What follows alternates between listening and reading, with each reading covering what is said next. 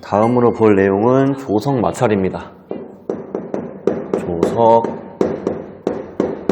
마찰. 다시 지구랑 달을 한번 그려볼게요. 지구랑 달. 여기가 지구, 여기가 달. 자, 이렇게 있을 때 달의 인력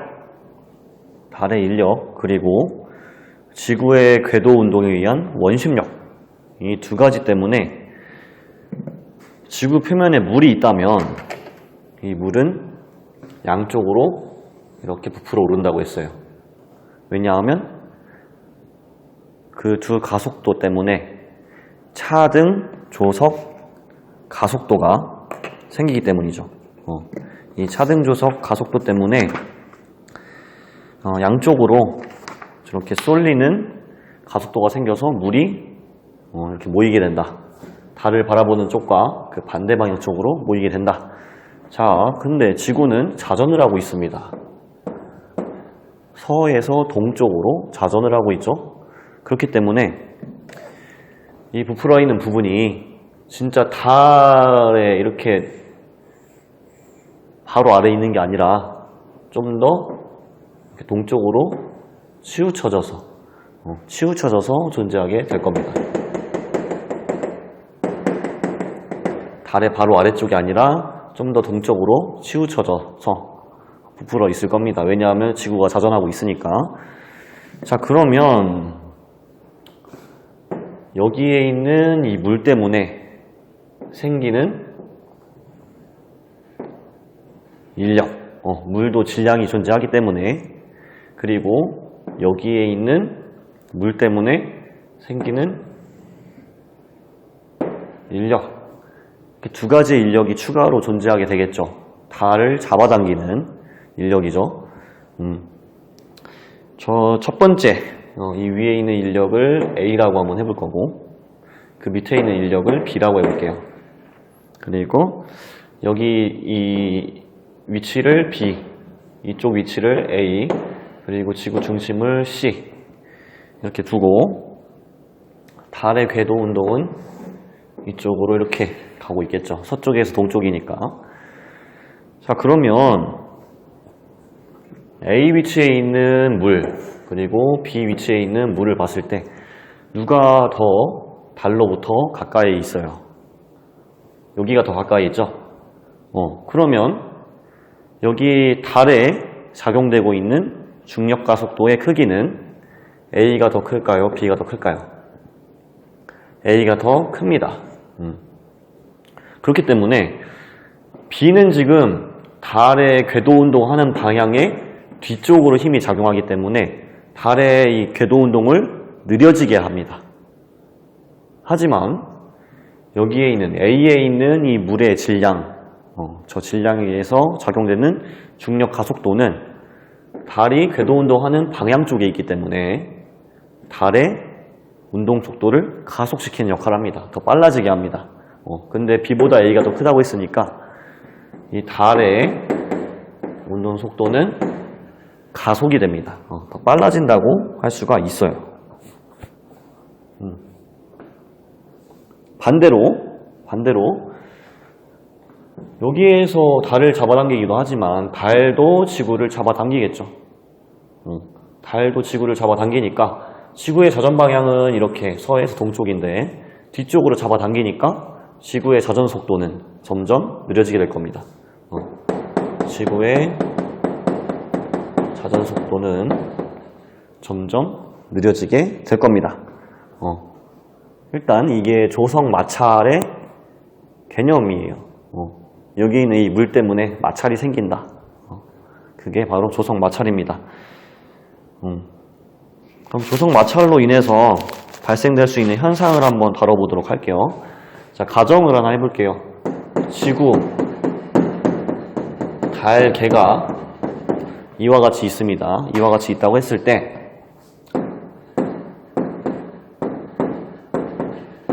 이게 뭐였죠? 회전력이었죠. 회전력 교재에는 뭐라고 나와 있냐면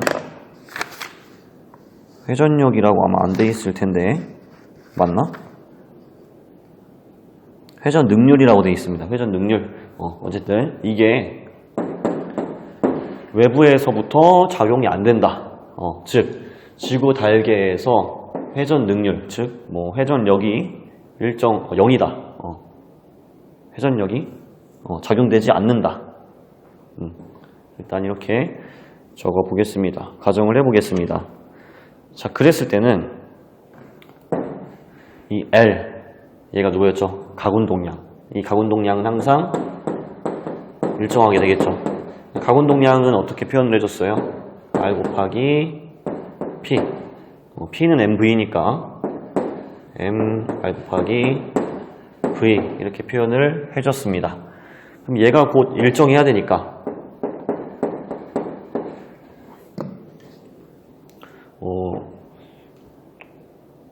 이건 넘어가고 어쨌든 이게 일정해야 된다. 어디에서? 지구 달계에서. 자, 근데 지금 지구의 자전 속도가 달 때문에 느려지게 됩니다. 지구의 자전 속도가 느려졌어. 이 자전 속도가 느려졌어. 그럼 지구의 가군동량은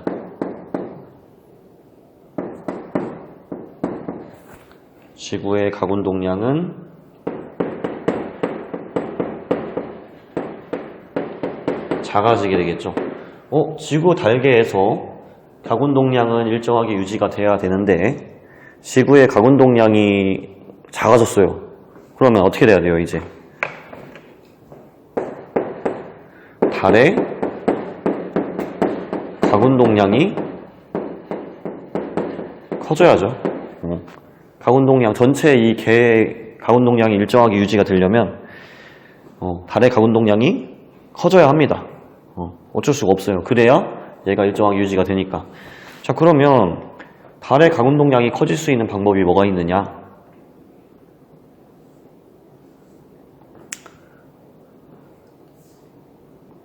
달의 가군동량이 커질 수 있는 방법. 지구로부터 거리가 더 멀어져요. 그럼 이 R이 커지죠. 그러면 가군동량이 더 커질 수가 있겠네요. 1번. R이 커진다. 자, 그래서 실제로 여기서 아까 달이 가속된다고 했잖아요. 이 궤도를 이렇게 일정하게 돌려면 속도가 일정하게 유지가 돼야 돼. 속도의 크기가 일정하게 유지가 돼야 되는데 가속이 되어버리면 이 궤도를 벗어나게 됩니다. 가까운 쪽으로, 먼 쪽으로 벗어나게 돼요. 그래서 실제로 이 가속이 되면서 더 큰 궤도로 지구 주변을 돌게 돼요. 그래서 저 R이 커지게 됩니다. 자, 그럼 R이 커진다는 거는 우리 그 케플러 법칙 기억나나요? 케플러 법칙? P의 제곱은 A의 세제곱에 비례한다. 이 R이 커진다는 거는 이 궤도 장반경, A가 커진다는 거죠. 그럼 P도 커진다는 거죠. 그러면 달이 한 바퀴를 도는데 지금은 현재 뭐 한 달 정도, 약 한 달의 시간이 걸리지만 이렇게 되었으면 주기가 더 길어지게 됩니다. 한 달보다 더 많은 시간이 걸린다. 그러니까 30일이 아니라 40일, 50일 이렇게 된다는 거죠. 한 달의 길이가 더 길어지게 됩니다. 한 달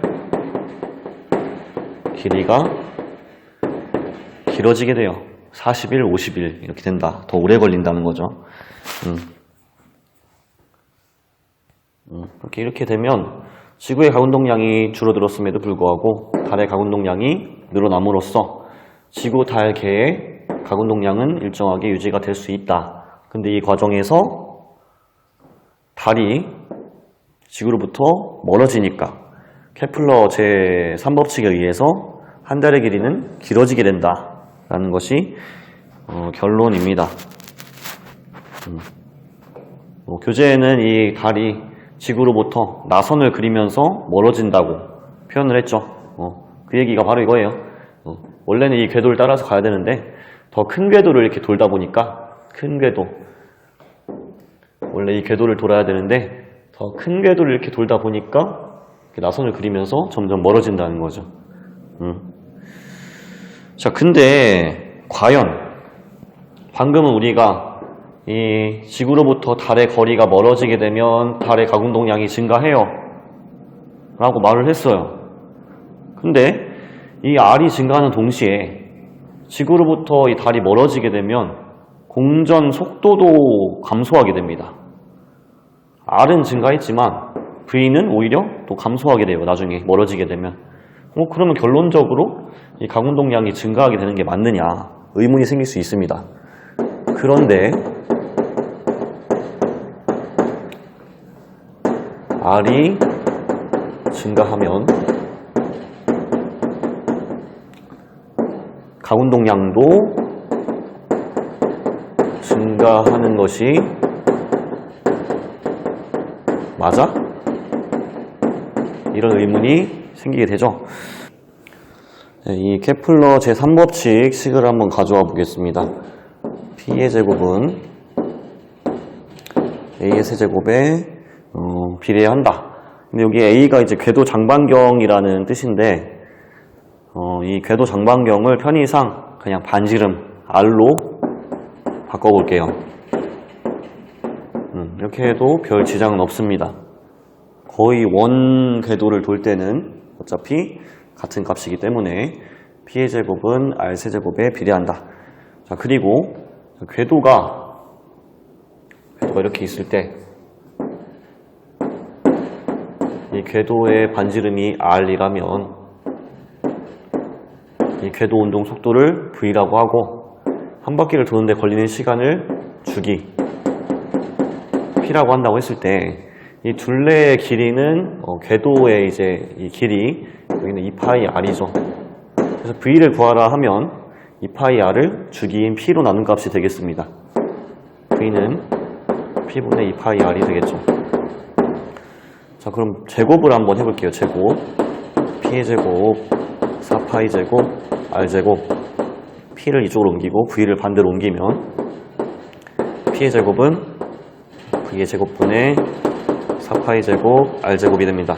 이걸 한번 이쪽에 그대로 대입을 시켜볼게요. 자, 그러면 V 제곱분의 4파이 제곱, R 제곱은 R 세제곱이랑 비례한다. 그래서 이걸 V랑 R로만 한번 나타내 보면 V 제곱분의 1이 R과 비례한다라고 이렇게 됩니다. 자, 그럼 아까 누구요? 이 L은 M 곱하기 R 곱하기 V 저거를 한번 따와서 L은 RV 곱한 값에 비례한다라고 식을 한번 세워볼게요. 그리고 이걸 한번 여기에 대입을 시켜볼게요.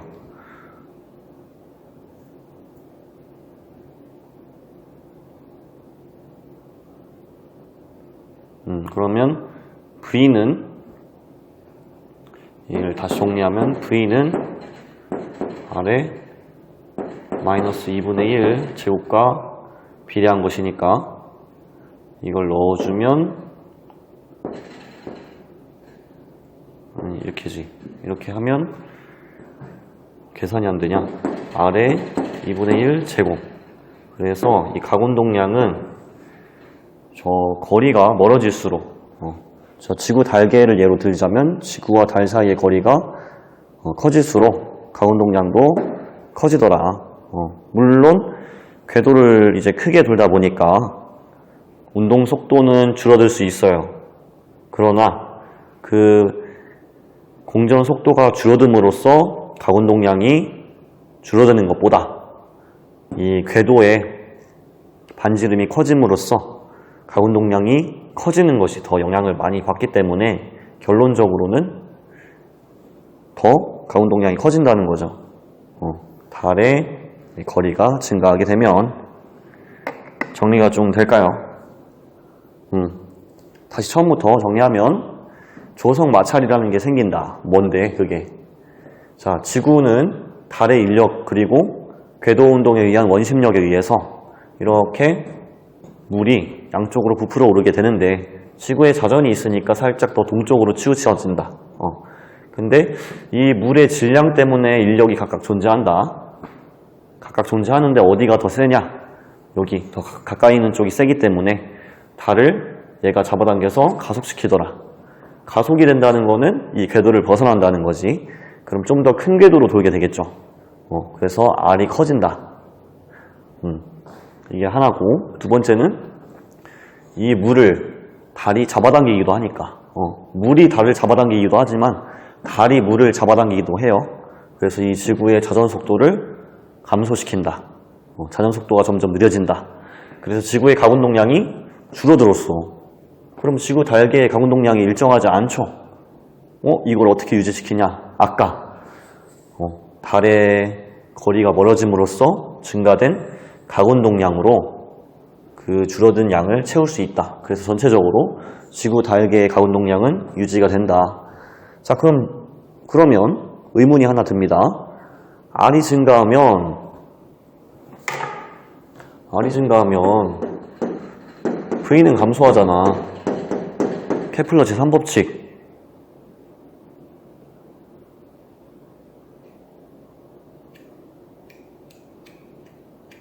케플러 제3법칙으로도 알 수 있죠. V는 감소하잖아. 근데 L이 증가한다고 단정 지을 수 있냐? 그래서 지금 이걸 한 거예요.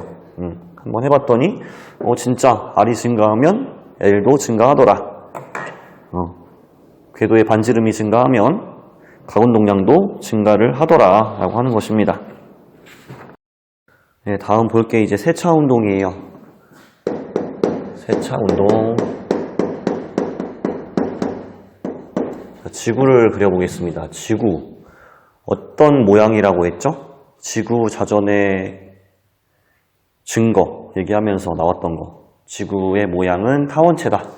이 구형 외에도 추가적으로 이렇게 부풀어 올라 있는 타원체입니다. 물론 여기가 적도라고 했을 때. 그러면 자전축은 이쪽에 있고 이렇게 서해에서 동쪽으로 자전을 하고 있겠죠. 자, 그리고 달을 한번 그려볼게요. 달. 얘가 지구고. 자, 달의 공전 궤도면, 백도면이라고 부르죠. 백도면도 황도면에 대해서 5도가 기울어져 있어요. 하지만 평균적으로 봤을 때 달의 위치는 황도면 상에 있겠죠. 이렇게. 황도면 상에 있을 겁니다. 그래서 편의상 달을 그냥 이 황도면에 위치시켜가지고 한번 다뤄보도록 할게요. 자, 여기 지구 중심에서부터 이 부풀어 오른 부분까지 이거를 위치 벡터로 한번 표현해 보겠습니다. 위치 벡터. 자, 그러면 지구의 자전 방향 어느 쪽이죠? 이 벡터, 위치 벡터에서 칠판을 뚫고 들어가는 방향 쪽이죠. 이렇게 한번 감아볼게요. 이렇게 감았을 때 엄지손가락이 이 자전축 쪽을 향해 있네. 자, 그러면 R, V 이거 어디서 많이 봤죠? 앞에 질량만 붙여주면 가운동량 벡터가 됩니다. 가운동량 벡터가 바로 이 자전축 방향이에요.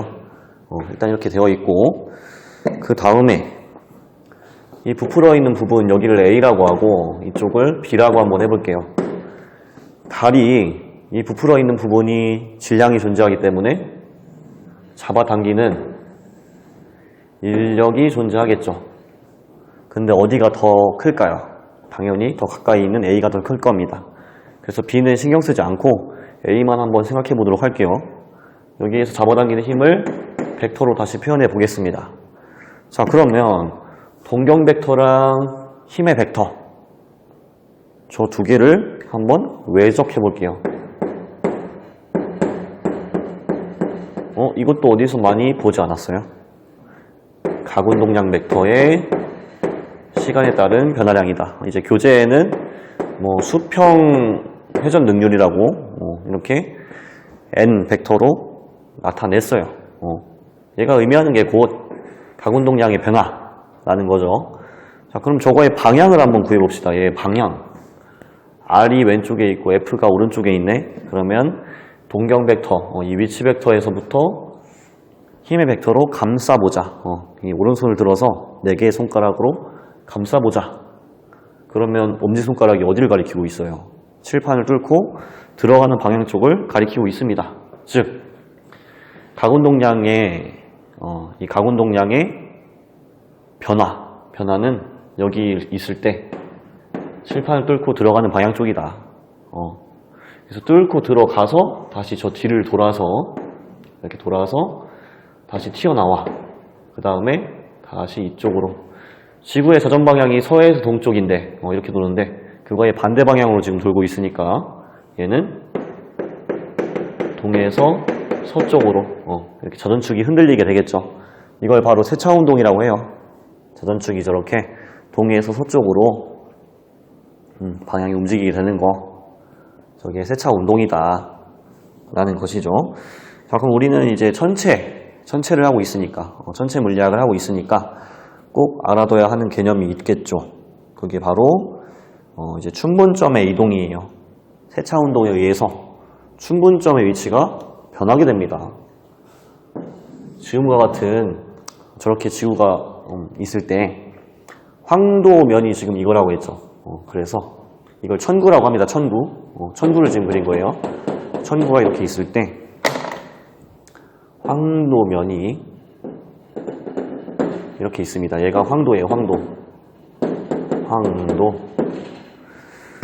그리고 지구가 지금 저렇게 기울어져 있죠. 이쪽이 이제 기울어져 있는 방향이니까 여기를 천구의 적도라고 하겠습니다. 천구의 적도. 자전축을 연장하면 이쪽에 이렇게 뚫리게 되겠죠. 저기가 천구의 북극이겠죠. 이렇게 그려집니다. 자, 그러면 저기서 한번 춘분점을 찾아보세요. 춘분점. 태양이 이렇게 있을 때 지구가 그 주위를 공전하는데 여기가 하지, 그리고 여기가 동지라고 하면 춘분은 이렇게 도니까 춘분은 여기 있겠다. 춘분일 때 태양이 있는 쪽, 그쪽이 춘분점이니까 여기가 춘분점이 되겠네요. 저 뒤쪽이 바로 춘분점이 되겠습니다. 여기가 춘분점. 자, 그럼 시간이 지나서 지구의 자전축이 아까 흔들린다고 했죠. 여기를 바라보고 있던 자전축이 이렇게 보고 있었는데 이제 돌아서 이렇게 간 거예요. 저쪽을 보고 있던 게 저 뒤쪽을 본 겁니다. 저 뒤쪽에 이렇게 찍혀서 저 뒤로 이렇게 나온다. 그렇게 표현해 줄게요. 자, 그러면 천구의 적도가 아까는 이렇게 길어져 있었는데 이번에는 앞으로 이렇게 올라가야겠죠. 앞으로 이렇게 올라오고 저기가 뒤쪽. 이 그림 이해가 돼요? 머리가 원래 이쪽을 보고 있었는데 이렇게 돌았으니까, 저 뒤로 이렇게 돌았으니까 천구의 적도가 앞에서 봤을 때 이렇게 위로 올라가 있는 거지. 좀 이해가 되겠죠? 그 다음에 황도도 마찬가지로 그려보면 이거 어려운데? 황도가 잠만이고 어떻게 그리니 이거? 할 수 있다. 대충 이렇게 그리면 좀 마음에 안 드는데 천구의 적도랑 황도랑 만나는 그 지점이 이제 이쪽에 생기게 되죠.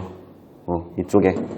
그러면 아까는 저 뒤에 저쪽에 있었는데 이만큼을 돌아서 이쪽에 오게 된 겁니다. 지구의 자전 방향, 이게 지금 서에서 동인데 지구의 자전 방향이랑 반대 방향으로 지금 움직였어요. 그러면 춘분점이 어디에서 어느 쪽으로 움직인다? 동에서 서쪽으로 움직이더라 라는 것을 알 수가 있는 거죠. 그래서 이거를 이제 분점 세차라고 해요. 분점 세차.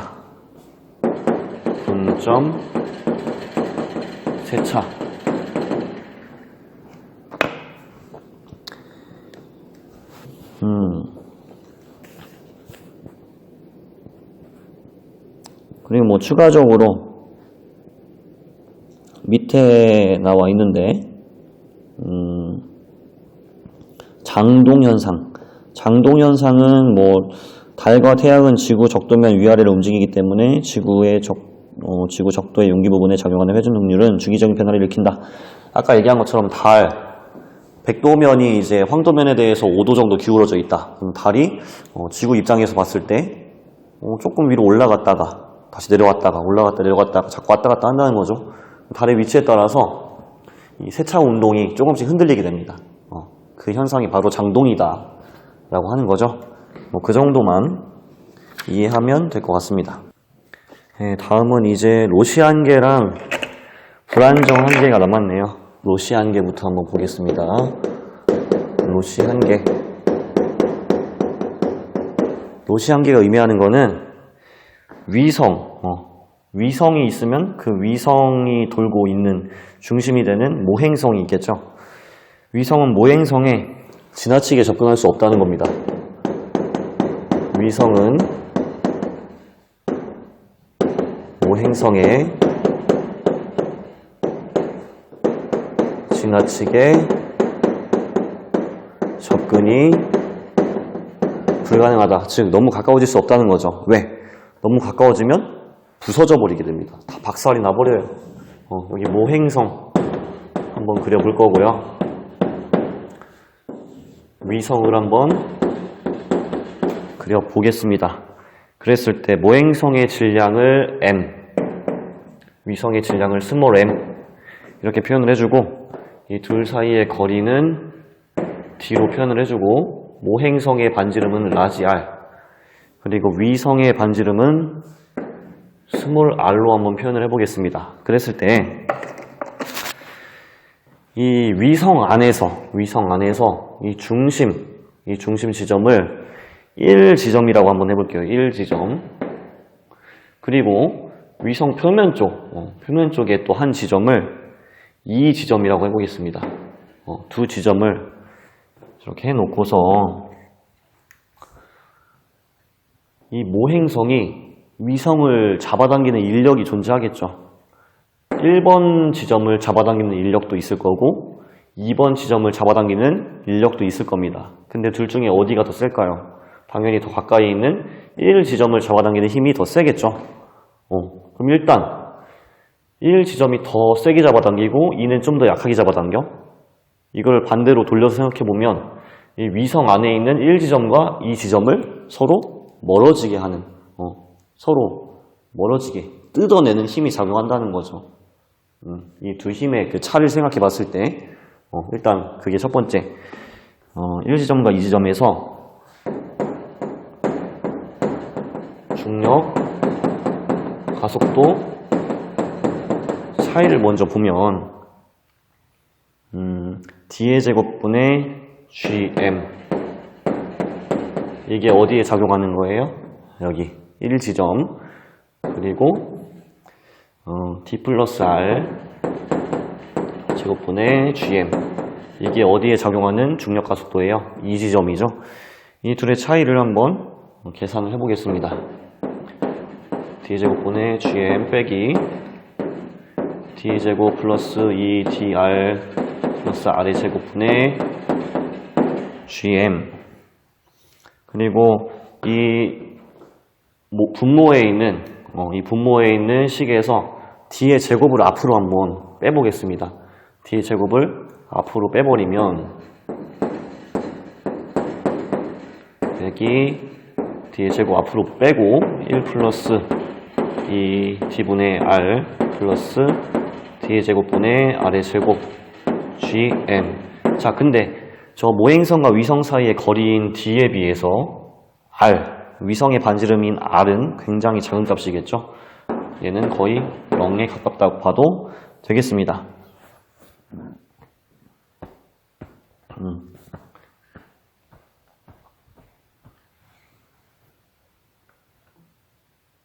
네, 그렇게 해도 될 것 같습니다. 그리고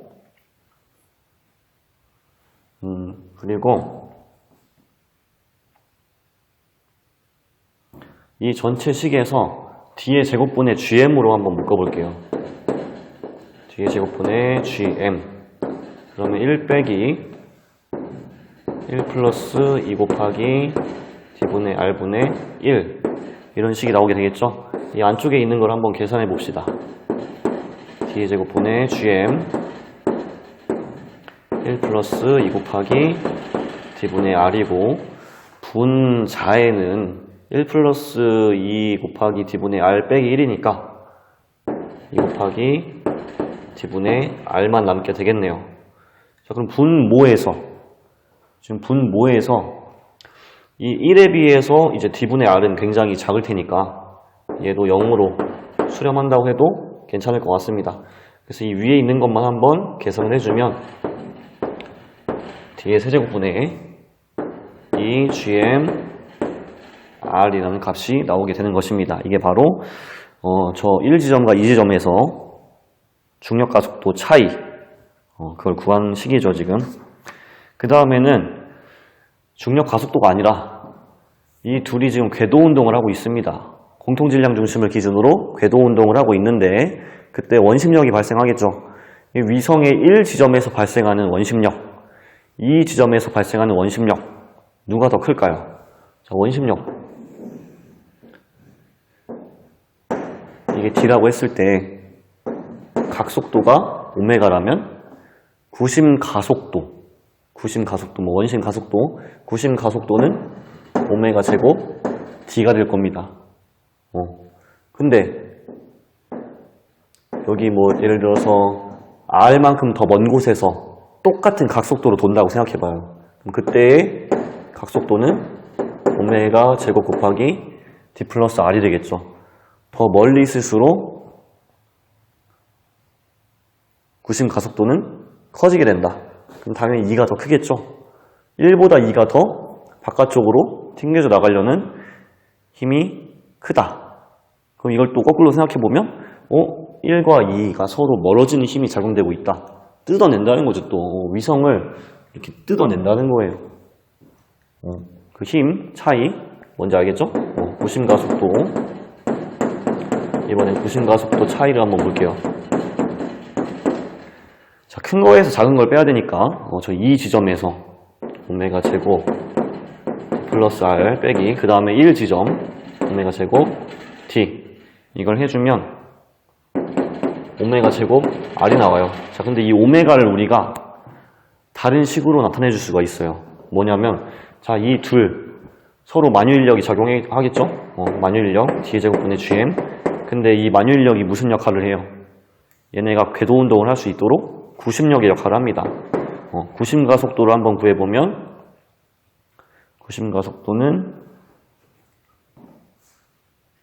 이 전체 길이를 넣어서 오메가 제곱 D가 되겠죠. 이게 바로 구심가속도. 그게 바로 만유인력과 같다. 이렇게 식을 세워서 정리를 해보면 오메가는 D의 세제곱분의 GM 전체의 2분의 1제곱이라는 식이 나오게 됩니다. 그대로 넣어줄게요. 오메가 제곱에 넣어주니까 D의 세제곱분의 GM R이라는 식이 나오게 됩니다. 자, 그래서 이 두 차이 때문에 어쨌든 이 차이가 생기는데 저 두 차이 모두 어떤 역할을 하느냐? 1지점과 2지점이 서로 멀어지게 하는 역할을 한다. 뜯어내는 역할을 한다. 그 두 힘이 지금 둘 다 작용하고 있으니까 이 두 힘을 합쳐줘야겠죠. 합치면 뭐가 돼요? D의 세제곱분의 3GMR. 근데 이 위성이 그렇게 뜯겨나가지 않도록 버텨주는 힘이 뭐예요? 버텨주는 힘이 있죠? 이 위성 내부에서의 중력 가속도. 내부에서 중력 때문에 뭉치니까 그 뭉치는 힘이 저 위성이 이렇게 막 뜯겨나가지 않도록 버텨주는 겁니다. 그 힘을 나타내 보면 그거는 위성의 반지름인 R 제곱분의 GM이라는 이건 소문자야, 소문자. 위성의 질량이니까 소문자로 M 이렇게 나타내 줄 수가 있겠습니다. 그래서 이걸 정리해 보면 D는 R 스몰 m분의 라지 3라지 m 이거에 3분의 1제곱 3분의 1제곱이 되네요. 자, 그래서 이 거리보다 더 이런 거리보다 D가 더 가까워지게 되면 이 거리보다 더 위성이 가까워지게 되면 위성은 더 이상 버티지 못하고 산산조각이 나버립니다. 여기보다 더 가까워지면 산산조각이 나버린다. 그렇게 되지 않으려면 이거보다는 멀리 있어야 돼요. 이게 바로 로시 한계라고 하는 거예요. 위성은 모행성에 지나치게 접근할 수 없다는 거. 자, 그 다음에는 이제 불안정 한계를 보도록 하겠습니다. 네, 마지막 불안정 한계입니다. 불안정 한계.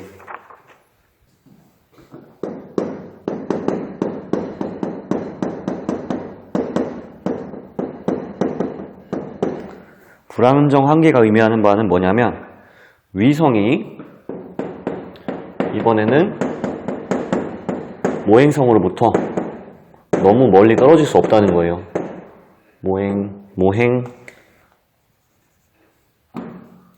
모행성으로부터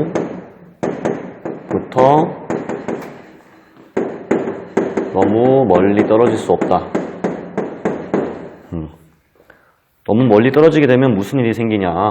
자, 여기 M1 질량을 가지고 있는 모행성이 있고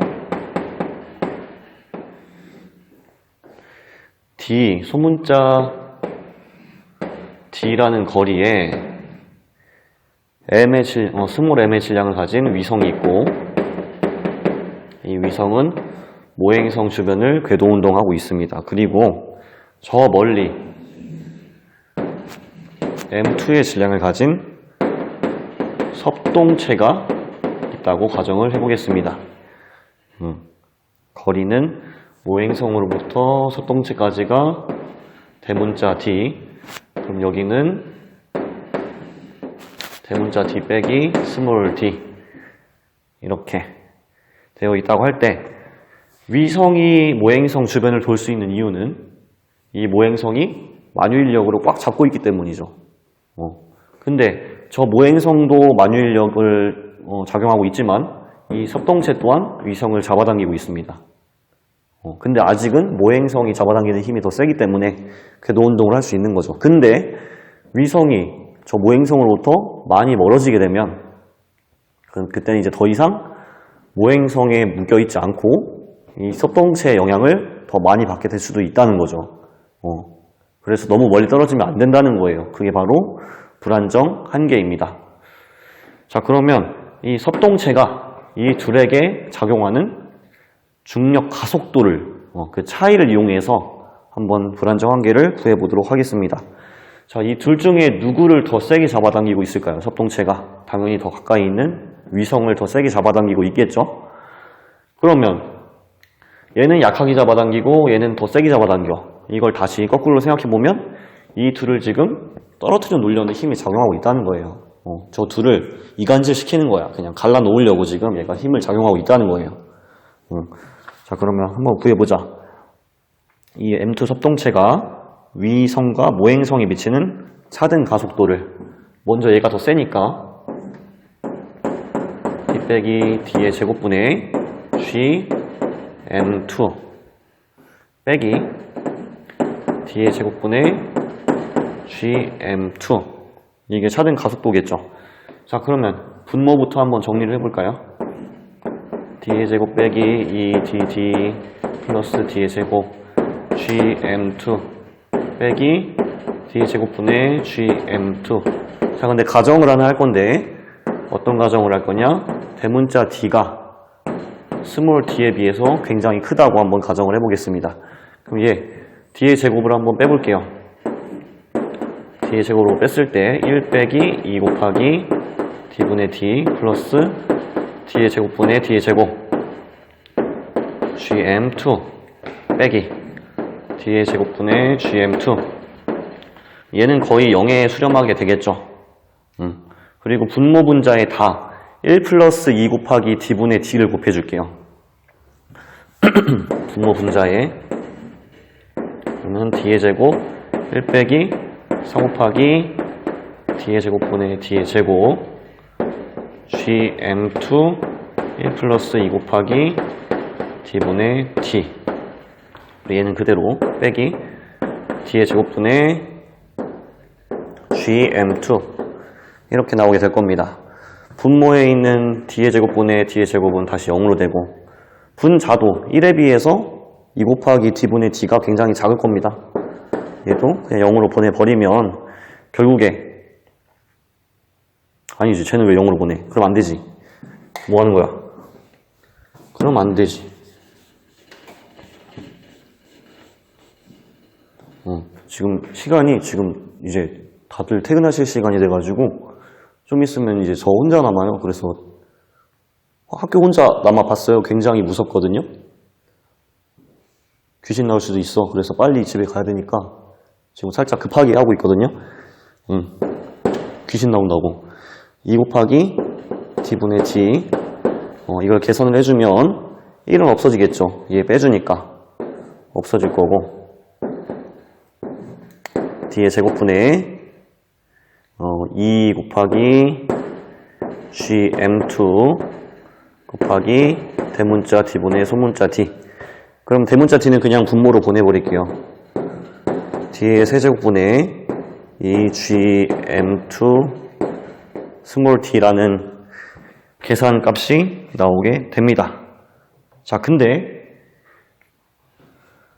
지금 이거는 이 섭동체가 이 둘을 서로 찢어 놓는 힘이고, 그러면 그걸 버텨내려면 이 두 친구가 서로 잡아당기는 힘이 더 세야 될 거 아니에요?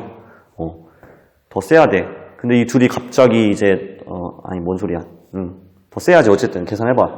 저 둘이 서로 잡아당기는 힘, 저 위성을 끌어당기는 가속도 D의 제곱분의 GM1이 되겠죠. 모행성이 위성을 잡아당겨야 되니까 이게 바로 모행성이 위성한테 작용하는 중력 가속도가 되겠습니다. 자, 그러면 원래는 얘가 더 커야 되는데 언젠가 위성이 멀어지다 보면 이 둘이 같아지는 그 순간이 오겠죠. 그게 바로 불안정 한계이고, 같아지는 그 순간을 한번 구해보도록 하겠습니다. 같아지는 순간 구해보면 G랑 G 둘 다 없어지고 D 그냥 해보자. 깔끔하게. D의 제곱분의 M1은 얘고, 얘는 D의 세제곱분의 2M2D. 그러면 M2분의 M1 D의 세제곱 2도 옮기고 이쪽으로, 이게 D의 세제곱과 같다. D는 2M2분의 M1 3분의 1제곱 대문자 D 이런 식으로 나타내 줄 수가 있겠습니다. 자, 근데 이건 어디까지나 아까 이 가정이 있을 때 나오는 식이고, 실제로는 저 모행성의 질량이 섭동체보다 더 클 수가 있어요. 모행성의 질량이 섭동체보다 클 수가 있다?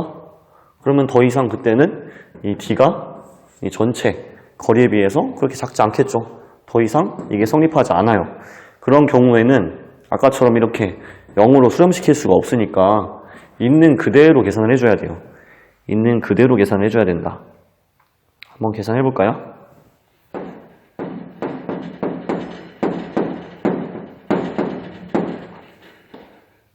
이렇게 구분을 좀 하자. 이렇게 D의 제곱분의 GM2 이거를 있는 그대로 계산해 줘야 되니까 분모를 한번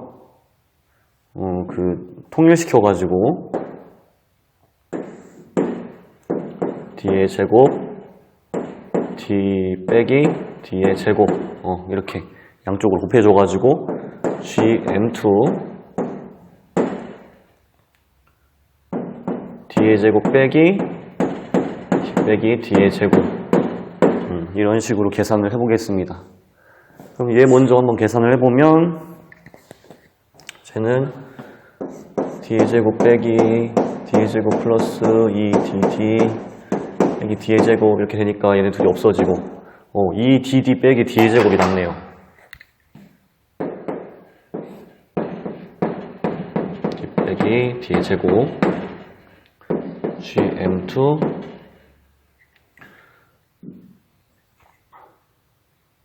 계산하기에 참 2dd 빼기 d의 제곱. 자, 이게 누구랑 같아야 된다? 아까 어딨지? 얘랑 같아야 된다.